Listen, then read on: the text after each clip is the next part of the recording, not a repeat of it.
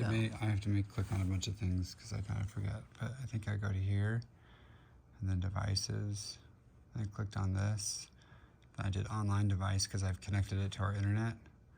So I clicked on that thing, and then I clicked on add.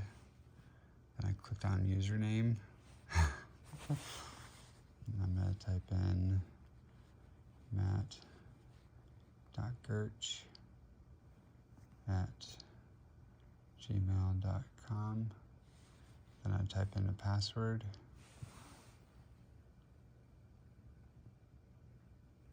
This is just for us. I'm going to push save.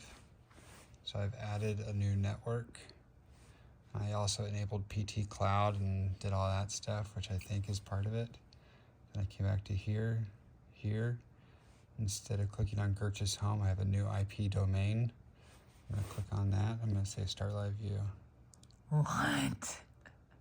I did that. Yes, go you.